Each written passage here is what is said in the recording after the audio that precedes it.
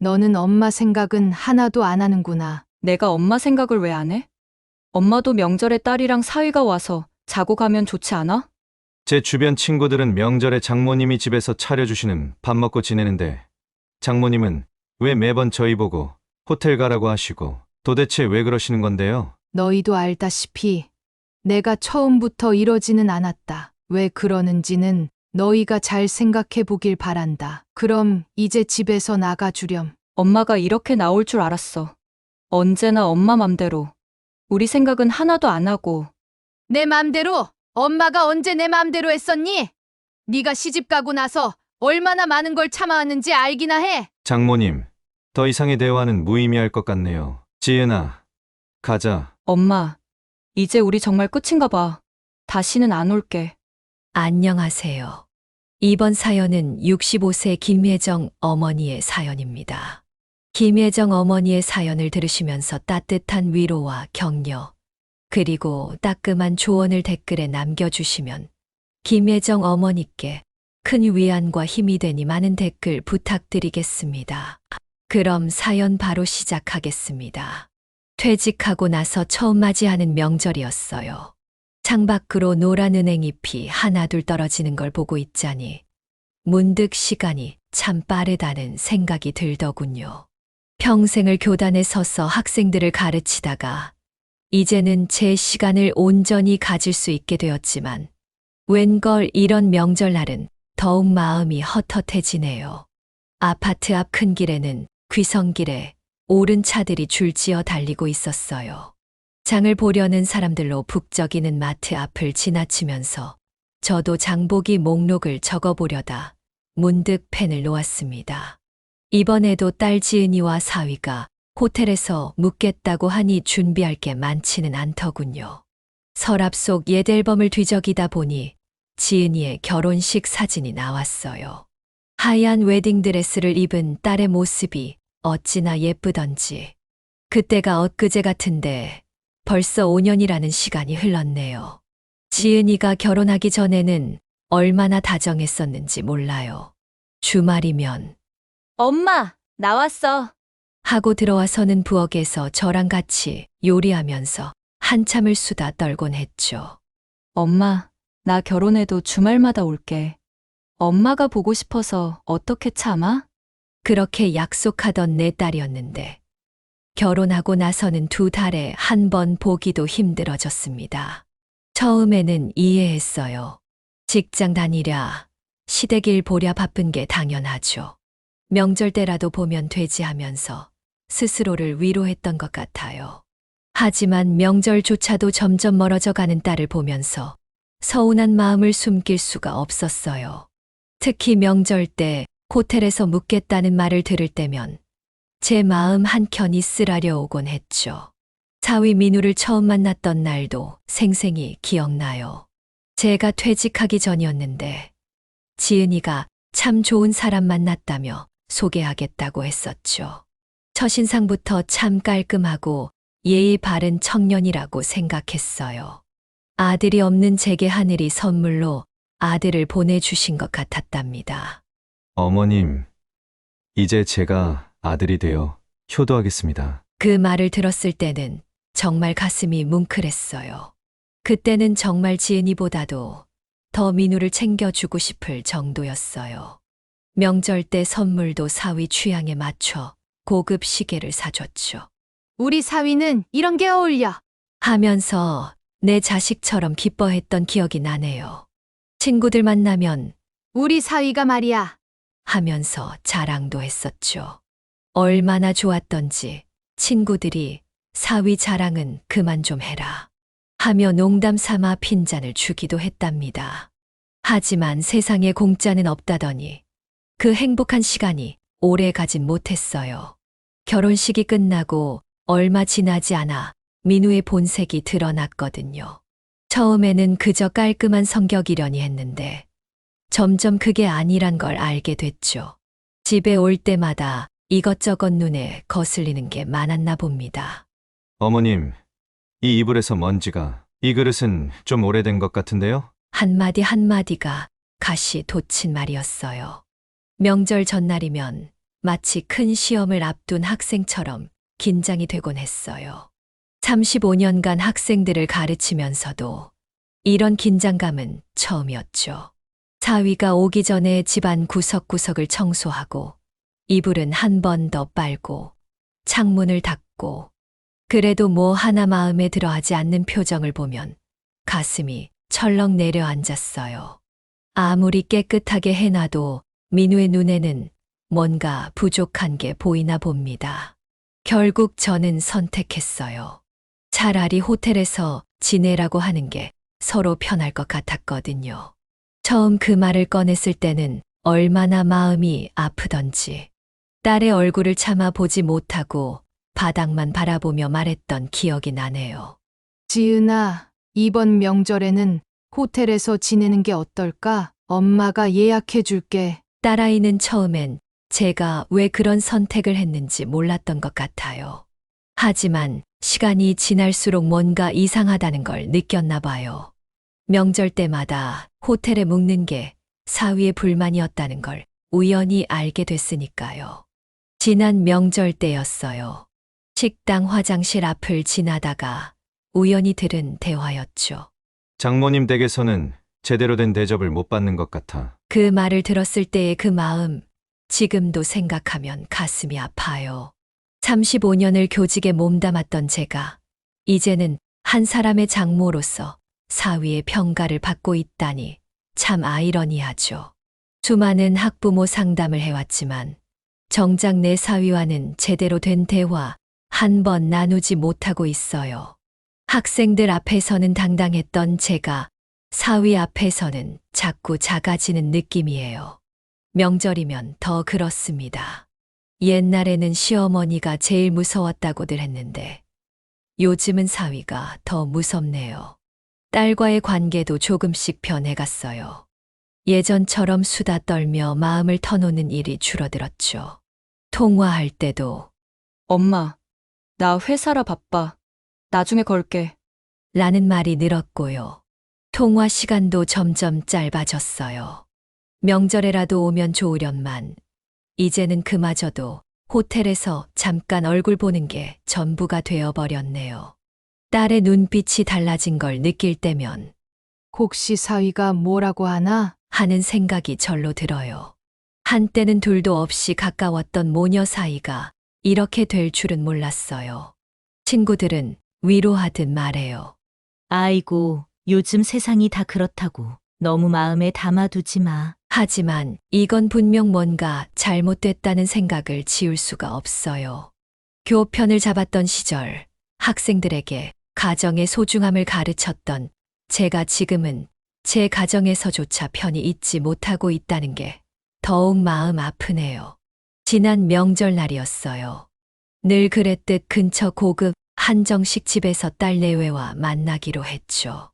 어머님, 여기 물김치 좀 드셔보세요. 사위가 반찬을 권하는데 웬일로 친절하다 싶었어요. 잠시 후 화장실에 다녀오려 일어났다가 우연히 들은 대화에 그만 그 자리에 굳어버렸죠.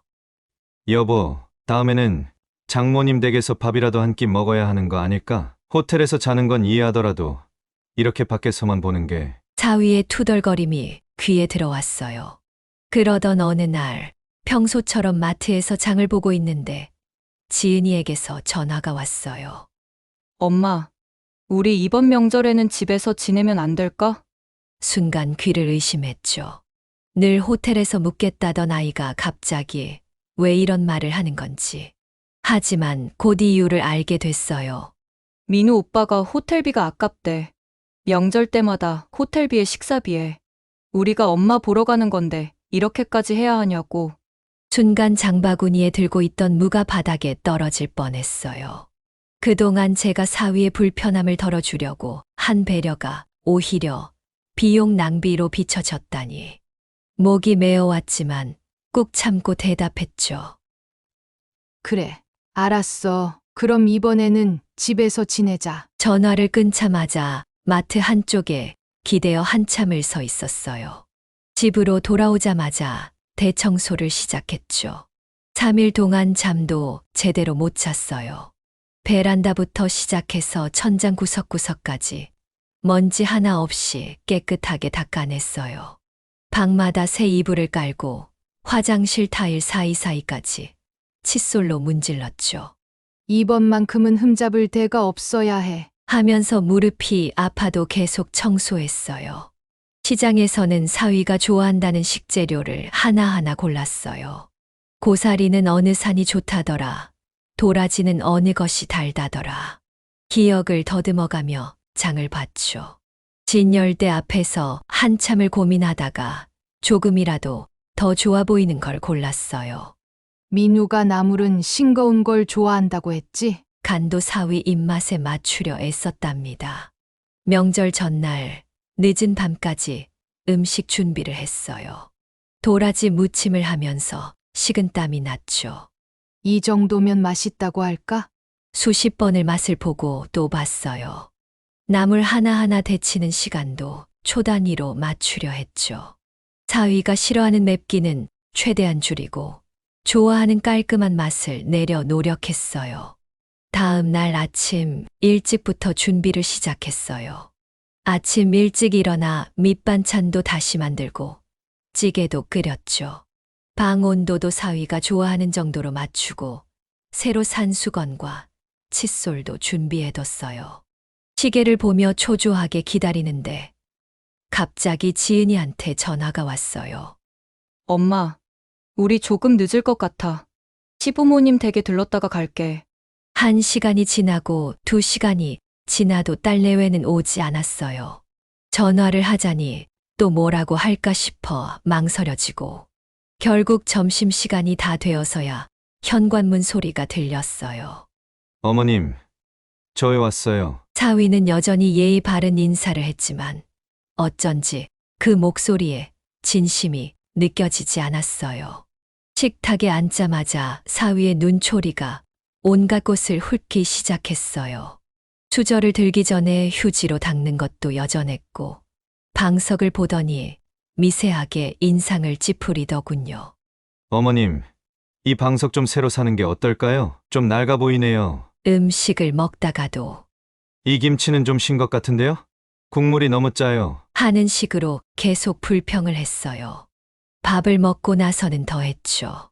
어머님, 창문 틈으로 바람이 들어오는데 방충망 좀 교체하셔야겠어요. 거실, 소파가 너무 낡았네요. 새로 바꾸시는 게 좋겠어요. 욕실 환기가 잘 안 되는 것 같아요. 끊임없이 이것저것 지적하는데 제 마음은 점점 무너져 내렸어요. 저녁이 되자 사위가 불쑥 말을 꺼냈어요.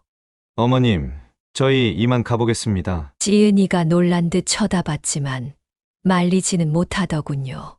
하룻밤 묵고 가기로 했던 계획이 순식간에 바뀌었어요.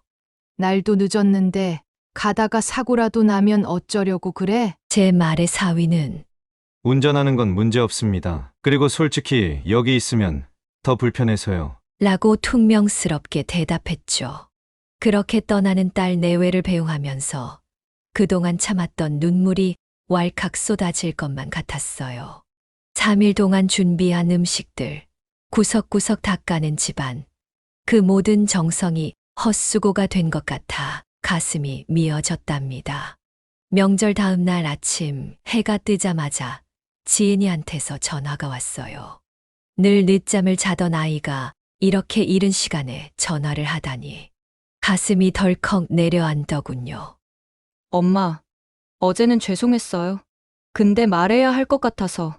지은이의 목소리가 조심스러웠죠. 평소에 당당하던 목소리는 어디로 갔는지 마치 어릴 적 잘못했을 때처럼 머뭇거리는 듯했어요.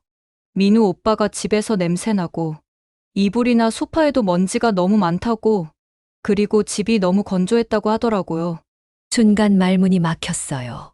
3일 동안 매일 이불을 뒤집어가며 햇볕에 널고 새 가습기까지 사다 놨는데 아침 일찍부터 들리는 딸의 불평에 가슴 한 구석이 찢어지는 것 같았어요.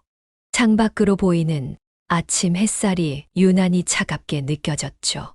그리고 엄마, 사실 우리 처음에는 호텔로 가려고 했었는데 민우 오빠가 그러더라고요. 이제 호텔비도 아깝고 장모님 댁을 개선하는 게 낫지 않겠냐고. 지은이의 말 한마디 한마디가 가슴을 후벼 팠어요.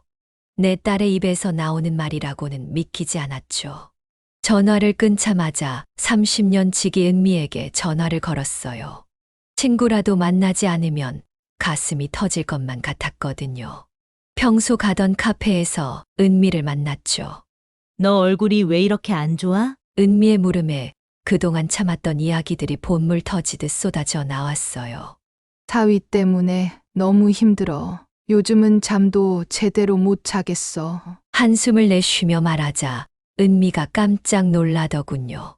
그 착하다던 사위가? 내가 그렇게 자랑하던 사위 아니야? 평소에는 입에 올리기도 싫었던 이야기들, 지난 명절의 일들, 딸의 변한 태도, 사위의 불만까지 모든 게 한꺼번에 터져 나왔어요. 차라리 호텔로 가라고 할까? 내가 먼저 호텔을 예약해주면 어떨까 싶어. 제 말에 은미가 단호하게 고개를 저었어요.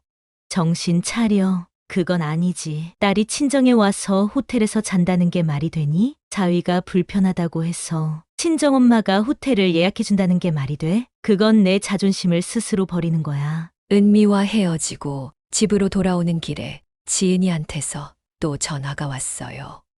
엄마, 이번 주말에 잠깐 들를게. 평소 같았으면 반가워했을 텐데 이상하게 마음이 무거웠어요.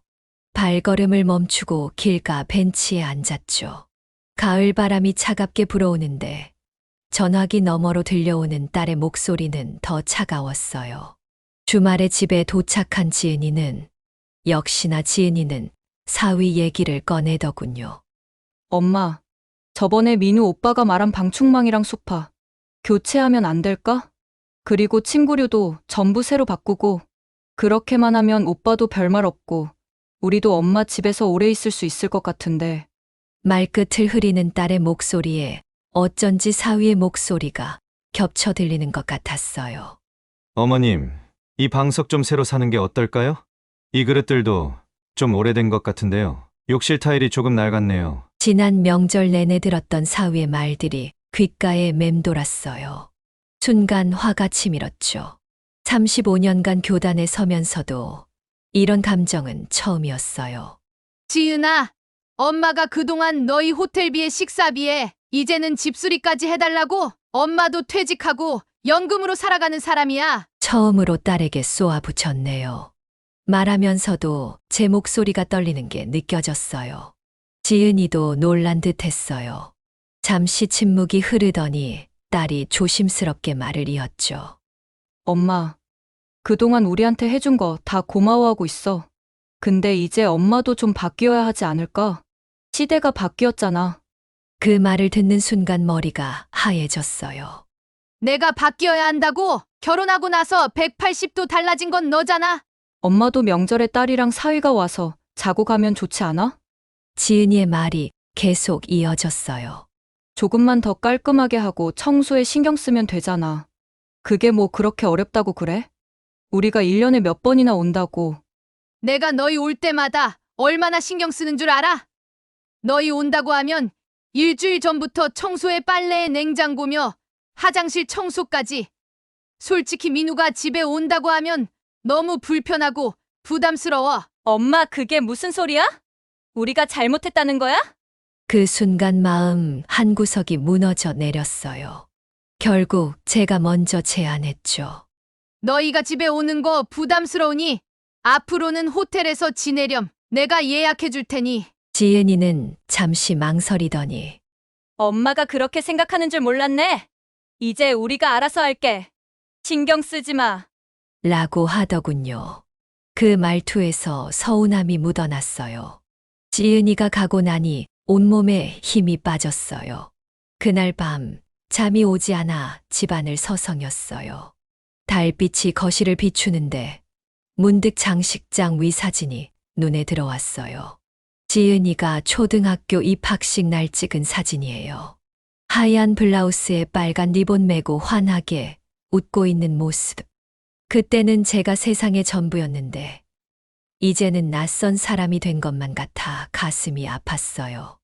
일주일 후 지은이가 또 연락을 해왔어요. 이번에는 어조가 완전히 달랐죠. 엄마, 우리 이번 추석에는 시댁에서만 보내려고. 엄마는 편하게 쉬세요. 마치 계획했던 것처럼 던지는 말에 가슴이 철렁했어요. 전화를 끊고 한참을 멍하니 앉아 있었죠. 며칠 뒤 또래 엄마들 모임이 있었어요.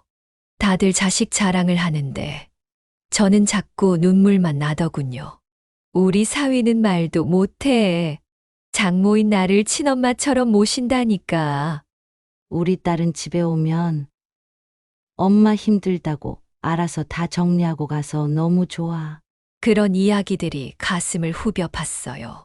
집으로 돌아오는 길에 마트에 들렀는데 문득 지은이가 어릴 때 좋아하던 과자가 눈에 들어왔어요. 반사적으로 손이 갔다가 이내 멈췄죠. 이제는 그 과자를 사줄 일도 없을 텐데 계산대 앞에서 한참을 서 있다가 그냥 나왔어요. 집으로 오는 길에 문득 깨달았어요. 호텔이 문제가 아니었다는 걸. 서로를 이해하지 못하는 마음이 문제였다는 걸. 그리고 그 간극은 점점 더 커져만 가고 있다는 걸. 추석을 보름 앞둔 어느 날이었어요. 창밖으로 늦여름의 매미 소리가 한창이던 오후, 퇴근 시간에 맞춰 지은이가 집에 찾아왔어요. 평소와 달리 혼자 온 것도 의아했는데 현관에 들어서자마자 엄마, 할 얘기가 있어. 라고 하더군요. 평소의 밝은 목소리가 아니어서 왠지 모를 불안감이 엄습했어요. 거실에 앉은 지은이는 한참을 머뭇거리더니 조심스럽게 입을 열었어요. 엄마, 나 임신했어. 순간 가슴이 철렁 내려앉았어요. 기쁜 소식이어야 할 텐데 지은이의 표정이 무거웠거든요. 어쩐지 이 소식이 단순한 임신 소식으로 끝나지 않을 것 같은 예감이 들었죠. 그래서 말인데, 엄마 집을 팔면 어떨까? 지은이가 마침내 본론을 꺼냈어요. 순간 귀를 의심했죠.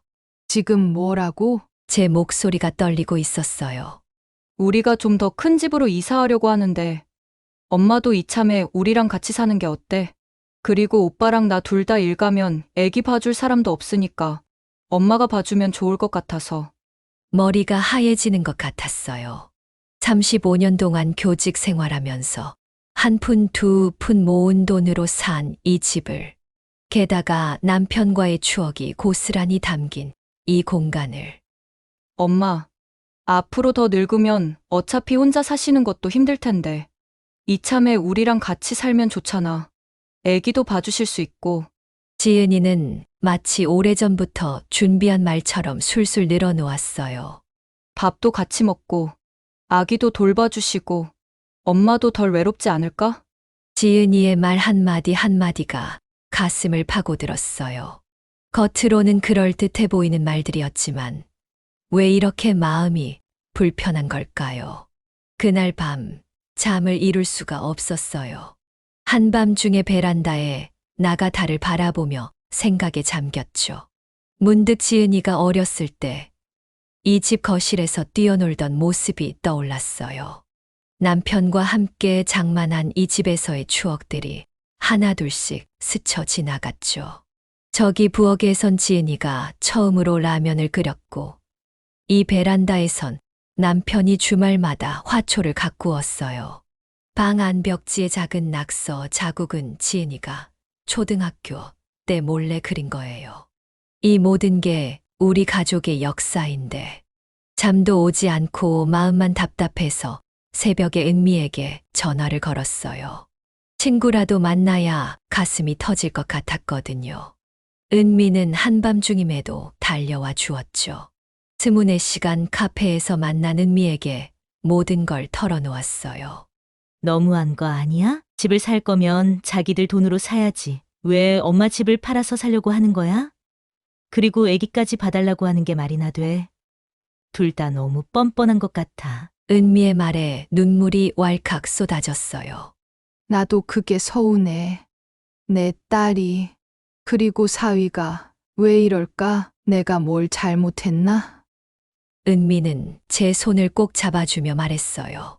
정신 차려. 잘못한 거 하나도 없어. 오히려 너무 잘해줘서 이런 거야. 지금이라도 단호하게 선 그어야 해. 며칠 후 예상치 못하게 사위가 직접 찾아왔어요. 퇴근 시간이 훌쩍 지난 저녁이었죠. 어머님, 제가 설명드리려고 왔습니다. 처음 보는 진지한 표정이었어요. 거실에 앉은 사위는 평소와 다르게 꾸밈없이 속내를 드러냈어요. 솔직히 말씀드리면 자금이 좀 부족해서 어머님 도움이 필요합니다. 대신 어머님도 편하게 모시겠습니다. 사실 요즘 집값이 너무 올라서. 사위의 말을 듣고 있자니 온몸에 소름이 돋았어요. 처음부터 이런 속셈이었던 걸까? 마치 거래를 하듯 말하는 사위의 태도가 너무나 낯설었죠. 어머님도 연세가 있으시니 이제는 자식들한테 기대셔야죠. 재산을 자식한테 물려주는 게 부모 마음 아니겠습니까? 그 말을 듣는 순간 마음 한구석이 싸늘하게 식었어요. 사위의 말 한마디 한마디가 가시처럼 가슴을 파고들었죠. 순간 화가 치밀었지만 꾹 참았어요. 좀 더 생각해보고 연락하마. 겨우 이 말만 하고 사위를 돌려보냈어요. 그날 저녁 남편과 찍은 마지막 사진을 보며 한참을 울었어요. 여보, 내가 잘못하고 있는 걸까? 우리 지은이가 이렇게 변할 줄은 몰랐어. 문득 퇴직하면서 동료들이 해줬던 말이 떠올랐어요. 정년퇴직이 끝이 아니라 새로운 시작이에요. 동료들이 말해줬던 새로운 시작은 좋은 의미였을 텐데 제 상황을 보니 너무나 속상하더라고요. 밤새 생각했어요. 내 인생의 절반을 바쳐 일군 이 집, 그리고 남은 절반을 보내야 할 이곳을 과연 포기할 수 있을까? 새벽녘이 되어서야 마음을 정했어요.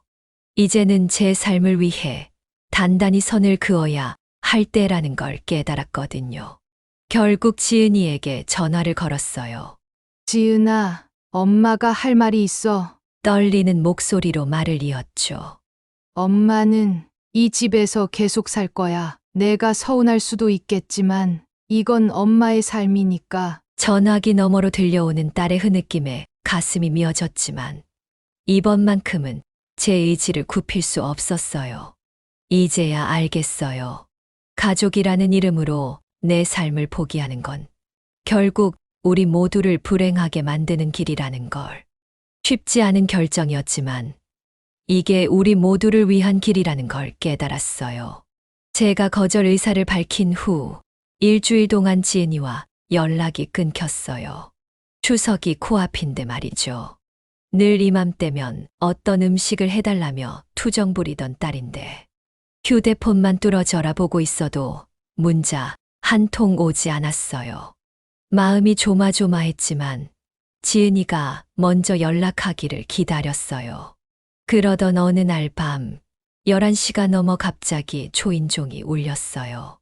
늦은 시간이라 누구지 싶어 현관 모니터를 보니 지은이와 사위가 함께 서 있었죠. 심장이 쿵쾅거렸어요. 이런 늦은 시간에 둘이 함께 오다니. 문을 열자마자 사위가 먼저 입을 열었어요. 어머님, 이렇게 늦은 시간에 죄송합니다. 꼭 드릴 말씀이 있어서요. 사위의 목소리가 평소와 달리 굉장히 날카로웠어요.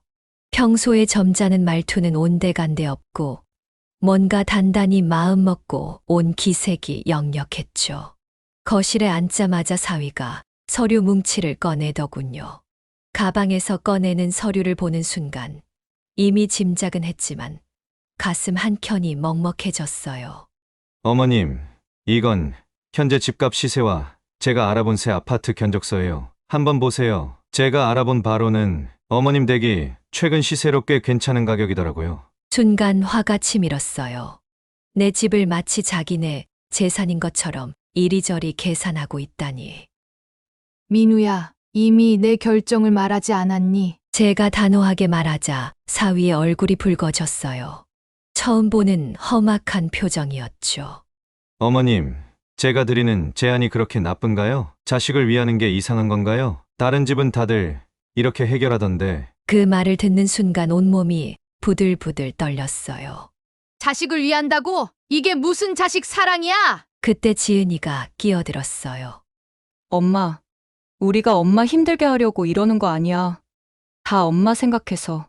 나이 들면 혼자 지내는 것도 힘들어질 거고, 우리랑 같이 살면서 매일 손주도 보고 좋잖아. 지은이의 그 말에 결국 참았던 감정이 폭발하고 말았어요.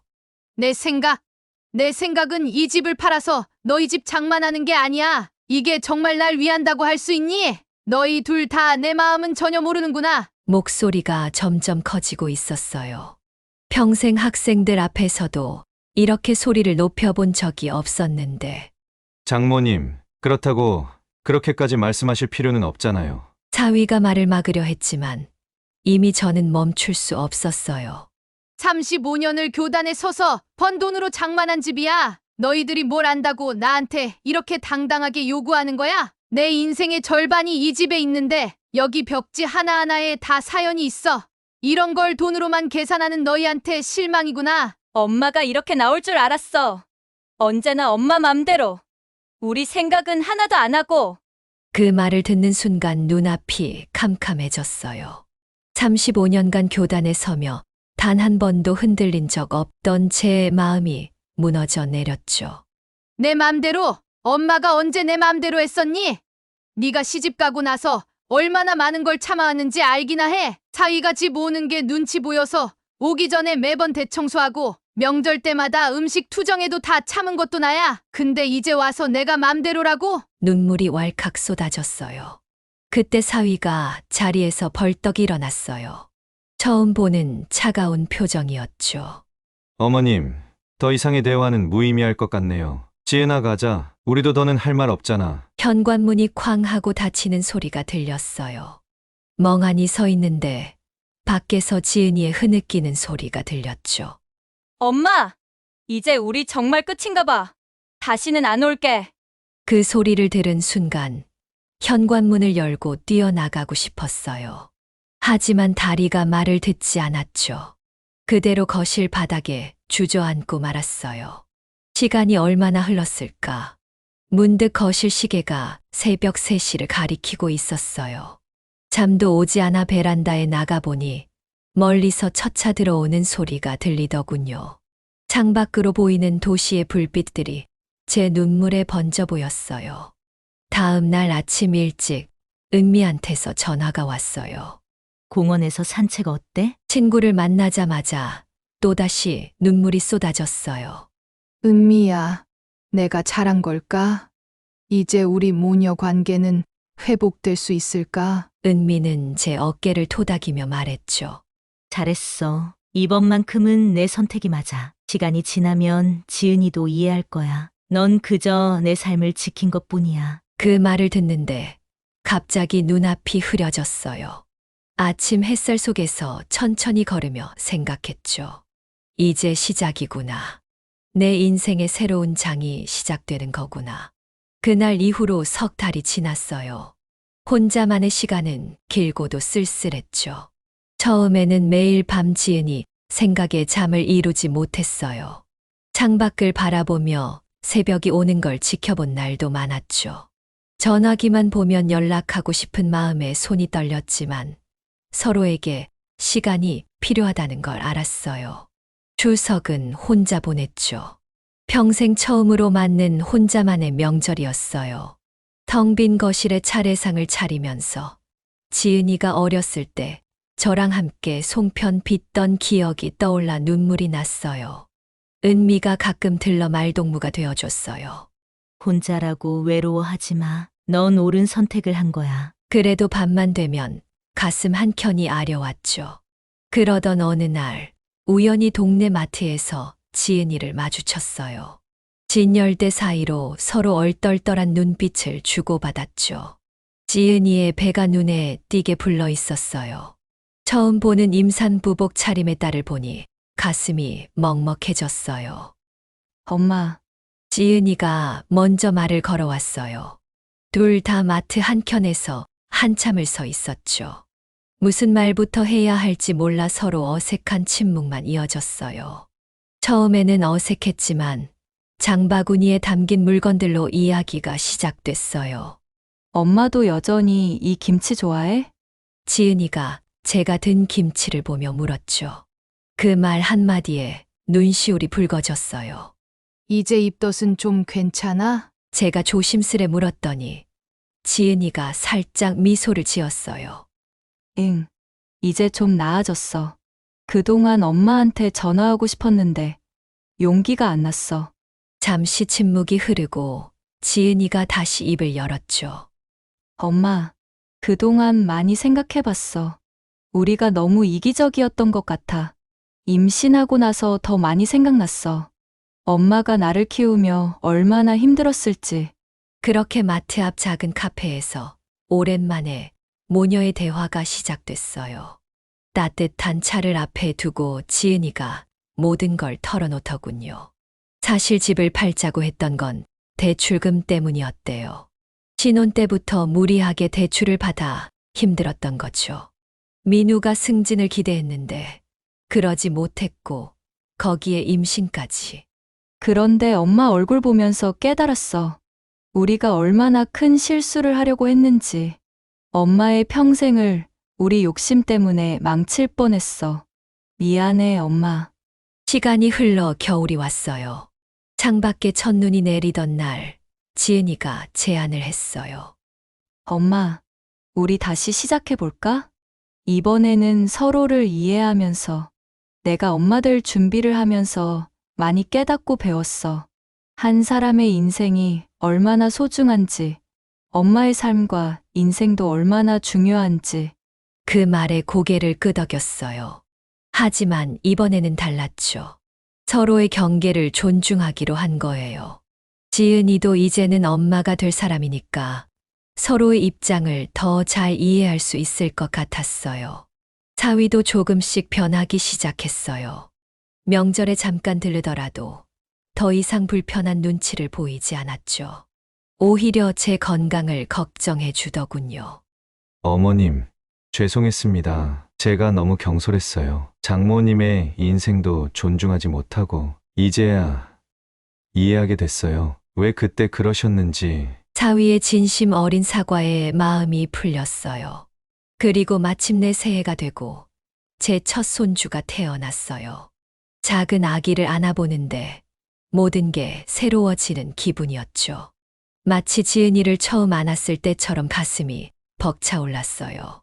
병실에서 지은이가 말했어요. 엄마, 이제 알겠어. 왜 그때 엄마가 그런 선택을 했는지. 나도 이제 엄마가 되어보니까 내 아이를 위해서라면 평생을 바칠 수 있을 것 같은데 그 마음으로 내가 엄마의 삶을 빼앗으려 했다니. 이제는 주말마다 지은이 가족이 놀러와요. 예전처럼 무리한 요구도 없고 서로의 공간을 존중하죠. 손주는 할머니 집에 오는 걸 좋아해요. 특히 이 집 베란다에서 보이는 노을을 참 좋아하더군요. 아기를 안고 있으면 지은이가 어렸을 때 모습이 겹쳐 보여요. 시간이 이렇게 흘러서 이제는 제가 할머니가 되었네요. 지난 주말 아기에게 젖병을 물리며 지은이가 그러더군요. 엄마, 그때 만약 엄마가 이 집을 팔고 우리랑 같이 살았다면 지금처럼 행복하지 않았을 것 같아. 이제야 알겠어. 사랑한다는 건 상대의 삶을 인정하는 거라는 걸. 그 말을 듣는데 뭉클했어요. 요즘은 가끔 생각해요. 인생에서 가장 중요한 건 자신의 행복을 지키면서도 다른 사람의 행복을 이해하는 거라고. 그게 진정한 사랑이 아닐까요? 이제 저는 편안한 마음으로 노을을 바라봅니다. 창가에 앉아 손주를 안고 있으면 이 집에서의 모든 순간들이 얼마나 소중했는지 새삼 깨닫게 돼요. 그리고 그 모든 순간이 제가 지킨 선택 덕분이었다는 걸 말이에요. 여기까지 김혜정 어머니의 사연이었습니다. 여러분은 어떻게 들으셨나요? 나이가 들수록 우리는 종종 자식을 위해 자신의 삶을 희생하는 것이 부모의 도리라고 생각하곤 합니다. 하지만 이 사연은 우리에게 중요한 교훈을 전해줍니다. 자신의 행복과 삶의 가치를 지키는 것, 그것은 이기심이 아닌 현명한 사랑의 표현일 수 있습니다. 평생을 일구어온 우리의 보금자리와 추억들은 단순한 부동산이 아닌 우리 인생 그 자체입니다. 부모의 삶도 소중하고 자식의 삶도 소중합니다. 서로를 진정으로 사랑한다면 각자의 공간과 삶을 존중하는 것에서부터 시작해야 합니다. 그것이 건강한 가족의 모습이 아닐까요? 여러분의 선택을 망설이지 마세요. 현명한 결정이 결국에는 모두를 더 행복하게 만들 수 있다는 걸 이 사연을 통해 배울 수 있었습니다. 오늘도 시청해 주셔서 감사합니다. 여러분 모두의 가정에 행복과 평화가 가득하시길 바랍니다.